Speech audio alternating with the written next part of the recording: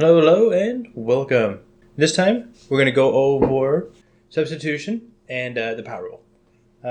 Up until this point, when we've talked about antiderivatives and integrals, it's been more on just the area under the curve kind of thing. Kind of conceptual, cerebral, without a lot of the day-to-day calculations required to actually make them work.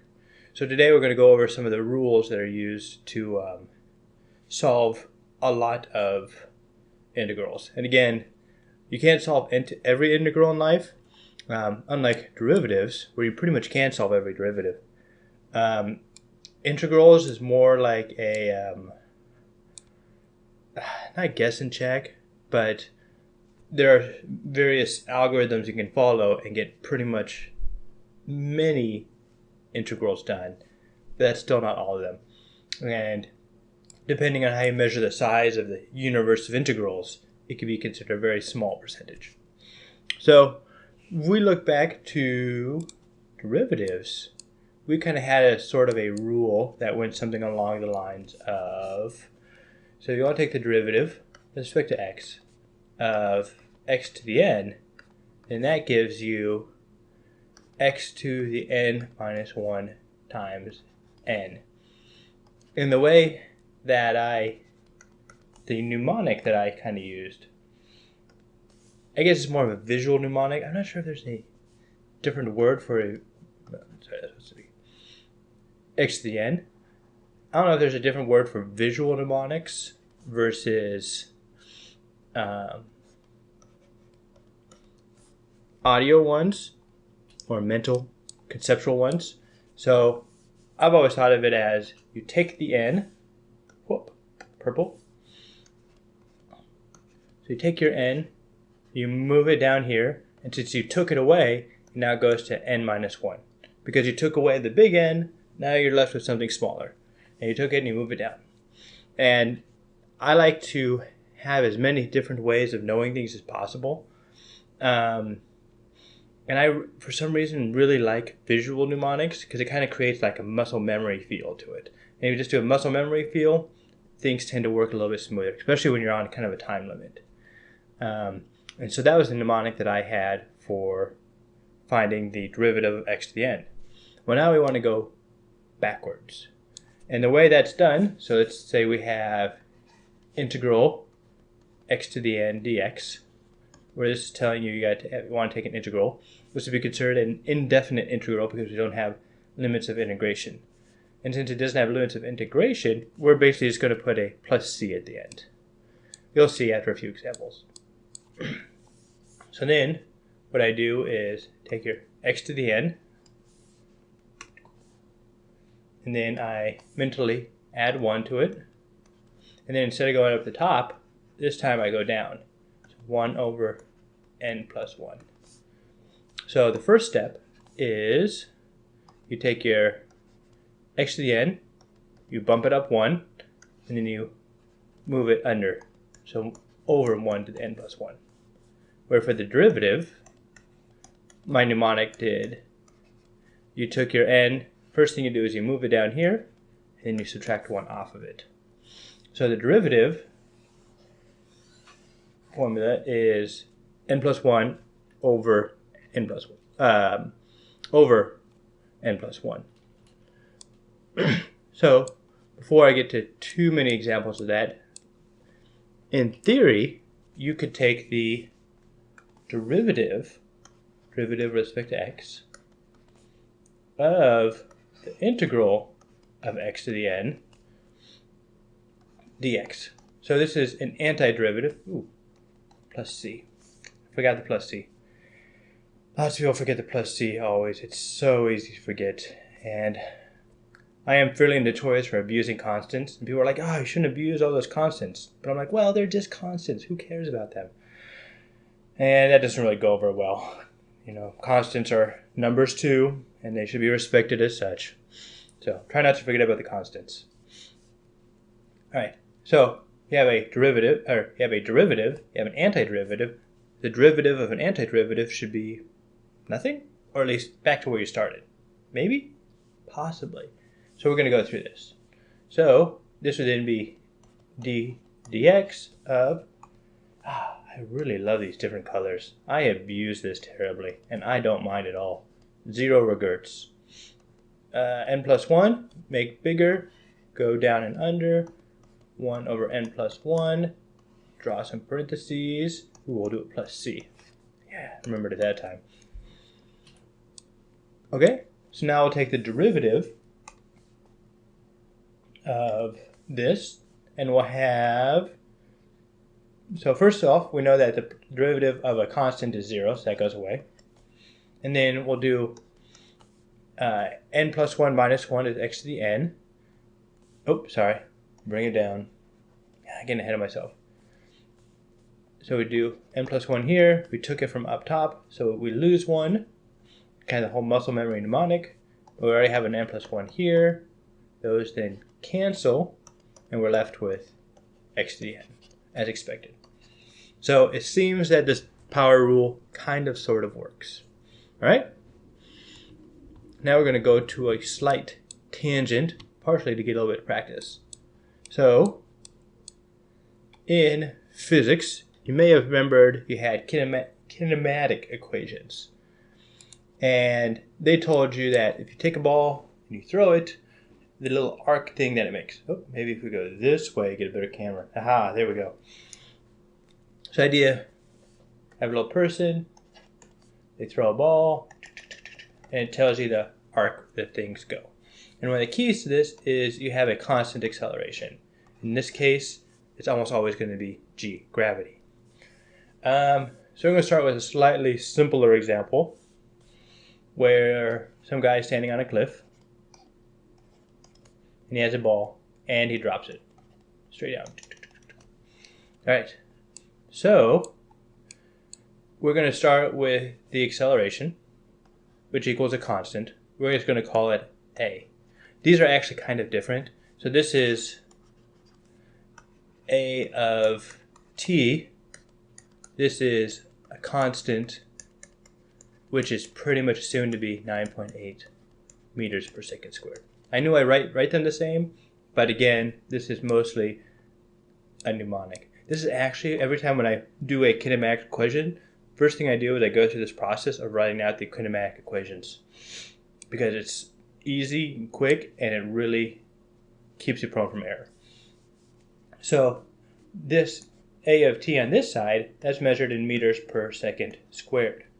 When we integrate that with respect to time, what we get is, draw an arrow so I show that it's kind of sort of related, but not exactly equivalent. It's kind of my shady way of sliding through life. So we take the integral of velocity, we're going to get, or integral of acceleration, we're going to get velocity with respect to time. And that would be the integral of the other side as well. So we take the integral of both sides. So the integral of a constant, a of t, so this would be equal to a of t to the 0. And we're going to use the power rule on this. So a of t to the 0 then becomes at to the first divided by 1 plus c, which equals at plus c. Now, what does this c equal? Well, in this case, it's going to be the initial velocity. We just dropped this ball, so this initial velocity would be 0. So basically, the idea is if we took the ball and we threw it at the ground, it would have a different speed at any given time period than if we just dropped it. Seem reasonable? So that's where that plus c becomes important with this. And then, since we have meters per second for velocity, we can go one step further. We could probably go many steps further. We are going to go one step further. And we can have distance with respect to time. So again, we'll do the product rule. So we have at plus c, or at plus v naught. So acceleration, which is constant. T, which is to the first, is now going to go to the second. And then bring the 2 around, and we have 1/2 at squared. So now the velocity, initial velocity, is going to act the same way that our acceleration did. So we can view v naught t as v naught times t to the 0 power, which then goes to the 1 power, first power, times t divided by 1, I'm going to leave the 1 off, plus c naught, where this c naught is going to be x naught, the original distance. So you could say how far you traveled, or how far you travel in t seconds.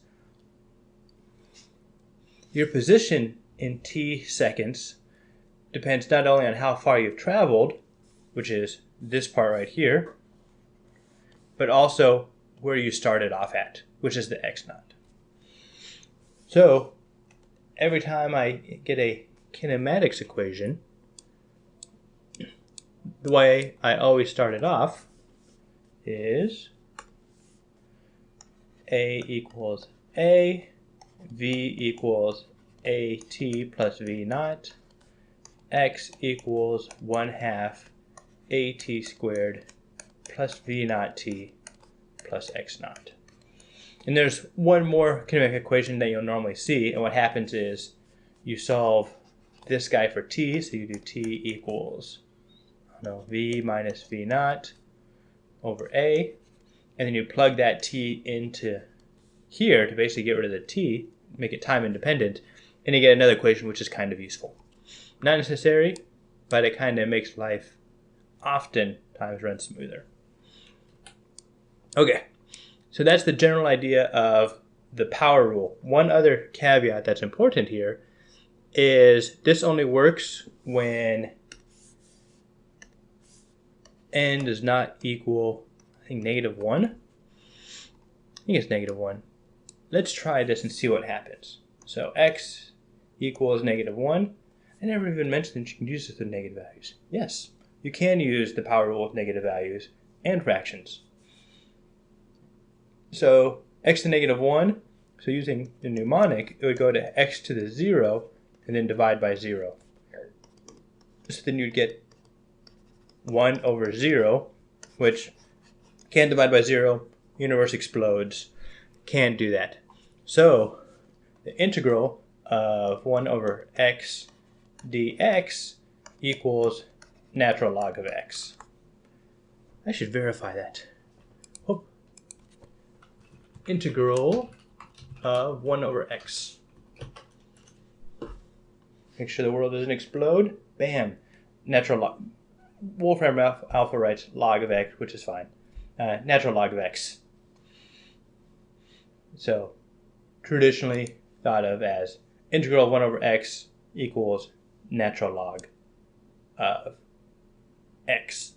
So you can try the product rule on -1, and if when you go through the calculations the universe explodes because you divided by 0, go back to just slightly before the explosion of the universe and just do natural log of x instead.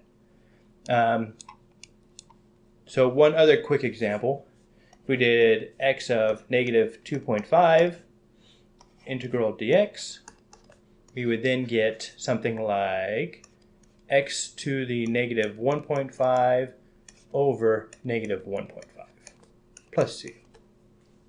So you can use negative numbers and you can use fractions. Okay? Sounds fairly reasonable. And that's pretty much all there is to the product. Oh, one other thing I want to throw in. So we talked about natural log of x. This is going to seem very tangential, and it sort of is. It's one of those Easter eggs. So integral of e to the x dx equals e to the x, which you might have guessed because the derivative of e to the x equals e to the x. So it would kind of feel that it's kind of its own derivative, antiderivative, integral type issue. Right? I know I threw that in quickly, but it's pretty straightforward, and it'll come up a few times for us to review. So it's not the sort of thing where it's going to probably get lost away from you. And that is, let's do cyan power rule. So now on to substitution.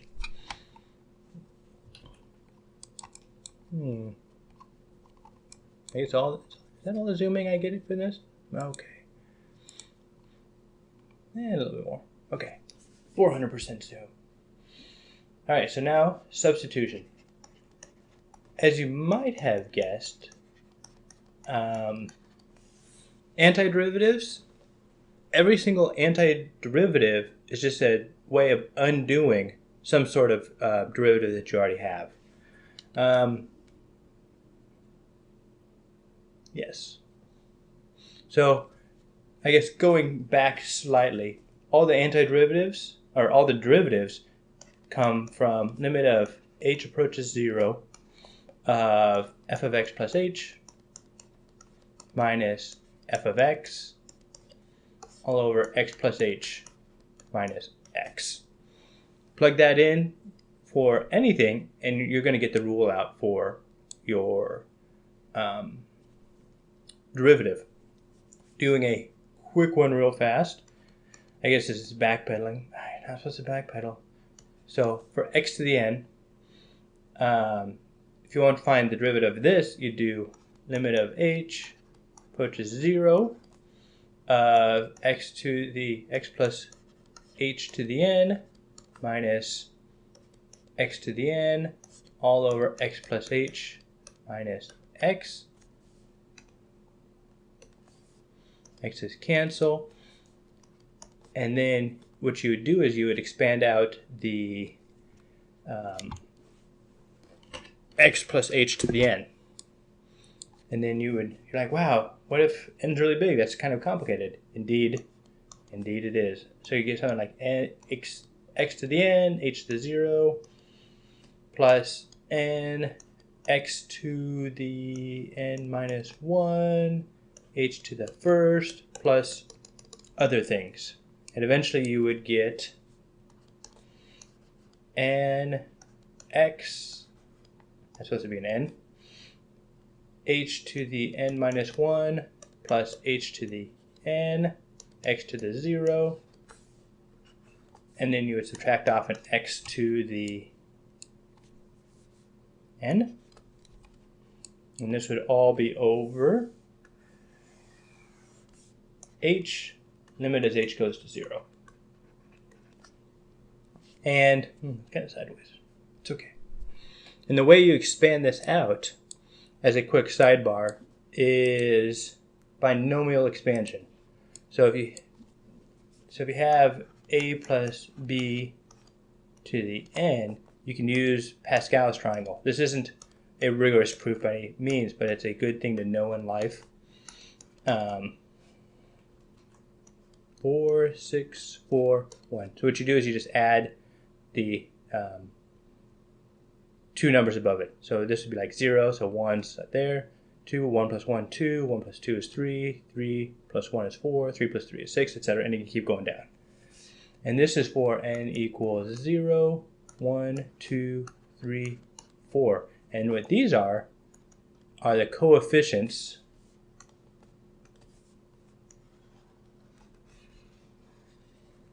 of the numbers. And so for this one, this would be a to the n, b to the 0, and the exponents will always add up to n. So then you'd have a to the n minus 1, b to the 1, a to the n minus 2, b to the 2, and then the coefficients that go here then would be the first number, so this would be 1, this would be 4, this would be 6, assuming that n equals 4.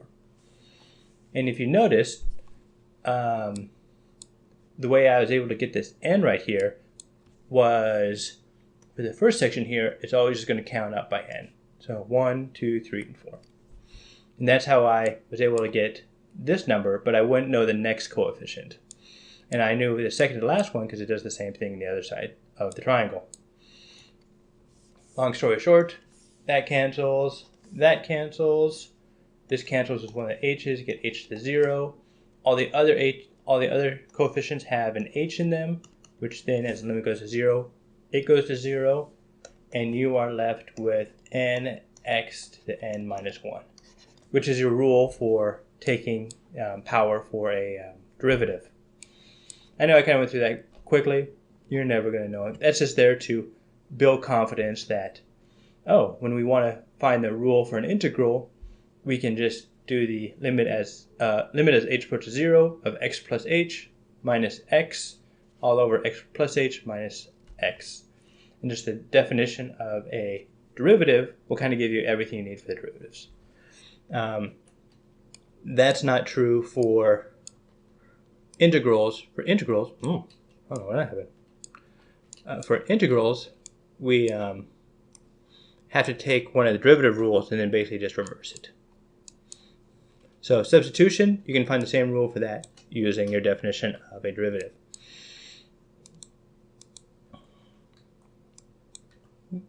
Nope, I'll keep that. Okay.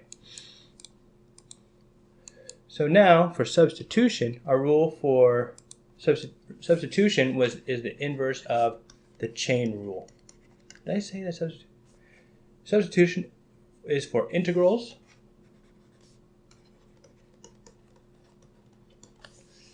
Chain rule is the derivatives.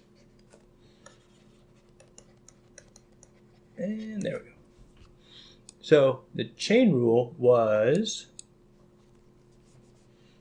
f of g of x equals, I'll do it down here, f prime of g of x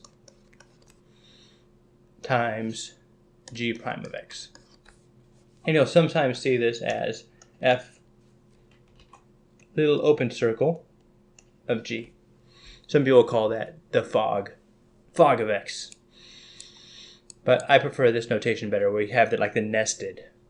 I think it's more obvious. So let's do a quick example of substitution and see how it would work. So, what kind of number should we go for?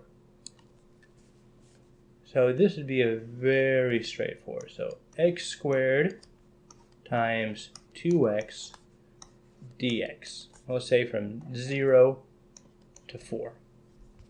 So the rule for substitution is, it's not really so much a hard fast rule, but what you want to look for is one thing as a derivative of another thing. So you see here you have x squared. You intuitively, because you're a master of derivatives, at least ideally should be, the derivative of x squared is 2x.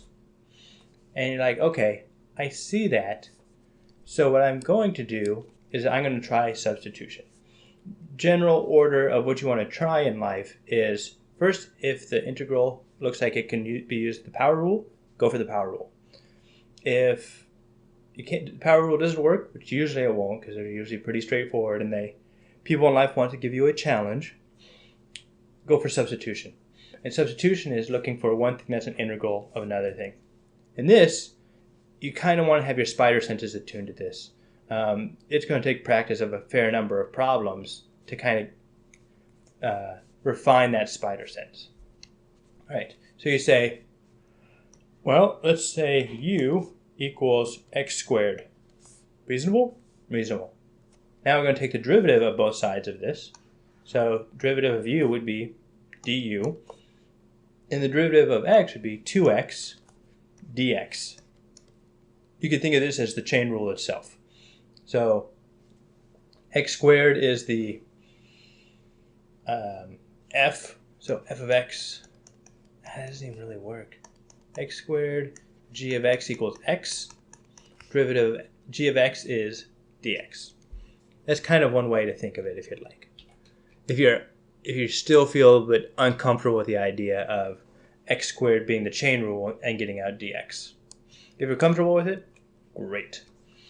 So then, from here then, we could just take these numbers and substitute them back into, I'm not going to write 0 there, specifically not writing it. All right, back into our original equation, we have 2x dx, that is du. And then, since I left off these limits of integration, we should probably actually find those. So, if we know that u equals x squared, so this up here is x final, this down here is x initial, So for x initial, u equals, let's plug in 0 squared. So this will be u initial, and that equals 0. So u of final equals x of final x final, which in this case is 4 squared, which is 16. So the limits of integration that we would change would be from 0 to 16 for du. Yes, let's go with that. So then to solve this, we would finish this up using the power rule. So we know it's u to the first. So this would be u squared, because we add 1. Divide, move it down to the bottom. So we have 1/2 u squared. And this represents the limits of integration, 0 to 16. So this would be 1/2. 16 squared, is that 256? I'm pretty sure it's 256. If I was a better computer person, I would know that. So that's what? 2 to the 8th? Is it 2 to the 8th? 16 squared is 256. 2 to the 8 is also, okay, yes, 256. So 256 minus 1/2 0 squared, which is 0. And so we're left with 128 as the final answer. Okay? The other way this can be looked at is if we can take u and go back to x. That way we don't ever have to look at the limits of integration for u. Sometimes this saves a step, sometimes it doesn't. So we take u squared, and we know that u equals x squared. So we have x squared squared, and we go from our original limits of integration, 0 to 4. Then we have 1/2 x to the 4th, from 0 to 4, which is 1/2 4 to the 4th, which equals 1/2 2 squared to the 4th, which is 1/2 2 to the 8th, which I know from previous forays into Wolfram Alpha is 256 equals 256 over 2, which is back to our original answer of 128. So you see here that we took a different venture here. We bypassed having to find out the limits of integration of u. Basically, we didn't have to convert the 0 and 4, the x initial and x final, to u initial and u final by just going back to x. And by doing that, I was pretty much able to avoid having to learn how to change limits of integration. It's not that hard to change limits of integration, so if you have a chance to know it, I would recommend it. On a slight tangent, you might look at this problem and think, well, wait a sec. We don't have to go through that at all. We could just use the product rule. So you look at, I know, you probably saw this in the beginning. It's not that, yep. You probably saw this and were wondering why I didn't do this from the start. That's just because I wanted to show how substitution works. So here, we could rewrite this as 0 to 4 of 2x cubed dx. And we know we can pull the 2 out. So then we have 0 to 4 of x cubed dx, which then equals 2x to the 4th over 4, which is the same thing we had last time. So we kind of see where this is going. 0 to 4. These cancel out and becomes 2. We then once again get 256, 4th to the 4th. There we go. Over 2, which equals 128. And there's also minus 0 to the 4th over 2, but we know that goes to 0. And so there's three three different paths you could take to solve this problem. And all of them are fine. If I saw this problem on a test, I would probably do substitution, just because I have it ingrained in me that if I see one part of a function, which is a derivative of another part of the function, then I just do substitution. But the easiest way is just to use the power rule on this one. So that's what we have for substitution and the power rule. So erase these guys real quick. We'll head on down and do some problems. All right. So, green. So the first problem we could come across would be 1 to 4 of t to the negative 3/2. All right. So this has a negative and a fraction, and they use t instead of x, which always kind of throws me off a little bit. So I'm going to start by rewriting this as 1 to 4 of t to the negative 1.5 dt. I like 1.5 because it's easier for me to add and subtract 1 to. So then this would be t to the negative 0.5 divided by negative 0.5. Because you add 1 and then divide by.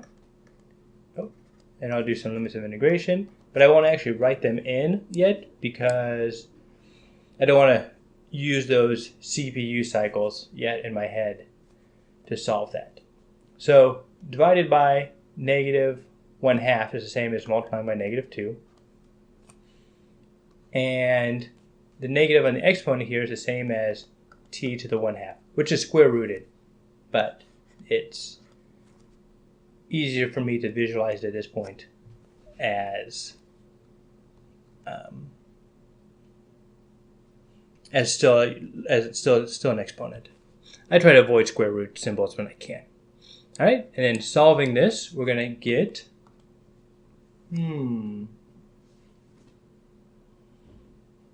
that feels weird. Am I going to divide by 0?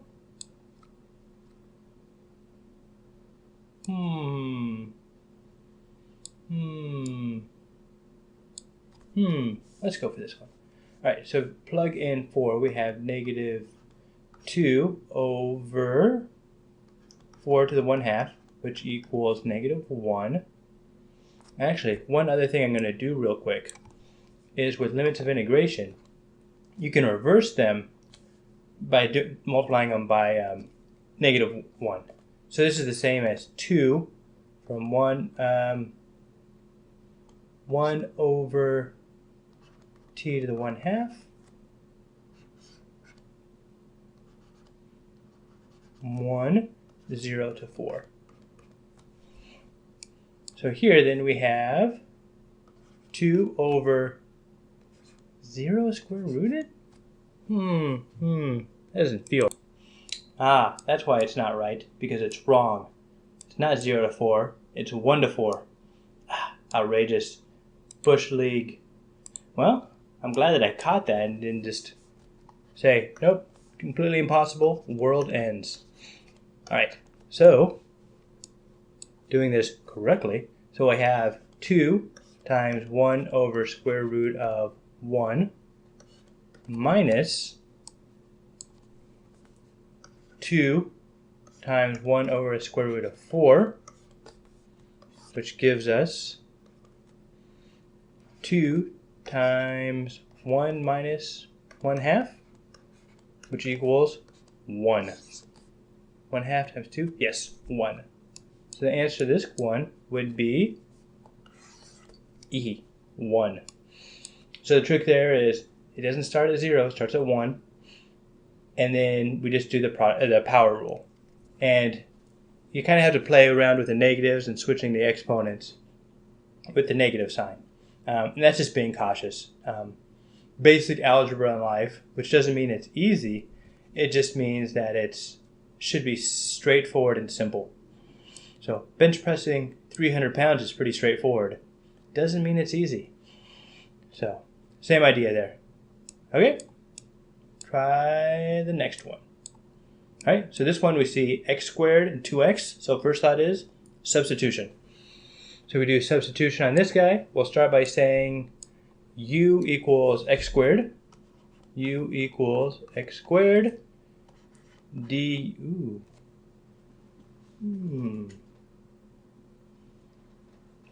I'm going to say u equals negative x squared. Therefore, du equals negative 2x dx. Yes. And then I'm going to rearrange this slightly. So I'm going to say negative 1/2, negative 1 over 2x. Nope, negative 1 over 2. Du equals x dx. So what I have here then is I took this negative 2 and moved it down over here. And so now I have an x and a dx right there. Which I don't like dealing with. I like to make things as simple as possible. So what we have here now is we have the integral of 1 to infinity of u, or e to the u, times, and we have x dx, which we substitute in negative 1/2 du. Oh. I'm going to leave these limits of integration out because they're not, since we substituted in, we'd have to change those from x to u. I'm not going to do that yet, so I'm just going to leave them blank, which equals negative 1/2 integral e to the u. Yep, e to the u du, which equals negative 1/2 e to the u, yep, to some limits of integration, which equals negative 1/2 e to the negative, what did I say u was? Negative x squared. From, and our limits of integration was 1 to infinity, specifically not 0. Bush League, amateurs. So reversing the limits of integration, e to the negative x squared, 1 to infinity, which equals 1/2.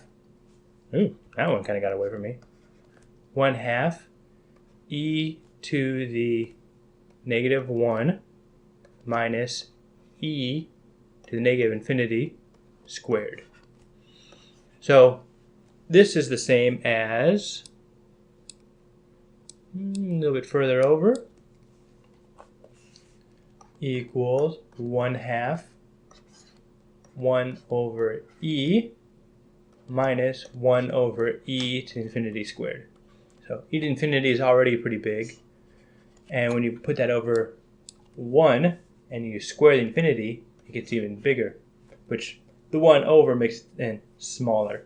So you're left with 1 over 2e. So this one should be 1 over 2e. The one that I just happened to accidentally underline slightly earlier. So to go over some of this answers real quick, divergent, you probably don't know what divergent means yet. Divergent just means that the value, the integral, doesn't go to a single answer. So that not single answer could be infinity, which is what they usually mean by divergent, or it can oscillate between 2 or 3 or whatever, how many answers. If it oscillates between answers, then it doesn't go to a specific answer, and therefore that would also be considered divergent. So when the opposite would be saying that this integral converges, and it means that it converges on a single answer. Okay, moving on. Ooh, that looks complicated. All right, using, they even give us u as substitution. We need to convert this over to that. And my goal of trying to get away from the limits of integration failed on this one. It's okay. we will struggle on. So u equals x squared minus 3, which is good because it's kind of in the middle there. Du equals 2x, and then the minus 3 goes away. Dx. I want the x dx kind of alone, so we'll do 1/2 du equals x dx. So then we will rewrite this. I should probably do I assume it's going to be the negative 213, because they're trying to trick you here with leaving the same limits of integration.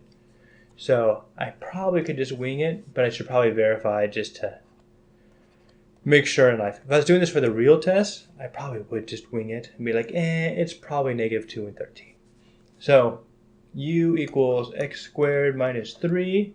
So u initial, using negative 1, be negative 1 squared minus 3. Negative 1 squared is 1, positive, minus 3 is negative 2. Check.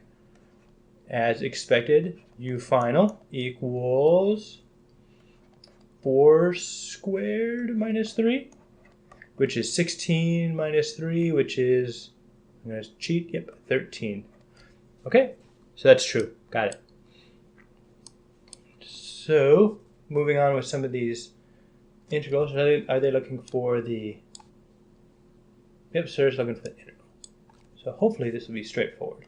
So we'll go from negative 2 to 13, negative 2, 13, x squared minus 3, so that'd be u to the 5th, times 1/2 du. And we can move the 1/2 to the outside. That's just a property of integrals. We justified it earlier in a previous video by relating it to area under the curve. And if you look at Riemann sums, it makes sense that you can move out a scalar like that. So 1/2 u to the 5th du. 1/2 u to the 5th du. Yep, this one right here. So that one is missing the 1/2. That one has the 2 on the top, and it should be on the bottom. Pretty sure it should be on the bottom. Right? Yep, because when you solve for du, yep, this part right here, that's what gives you the 2 on the bottom instead of the top.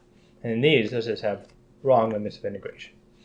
So that is the introduction to power rule substitution, and we also threw in there exponentials and natural logs.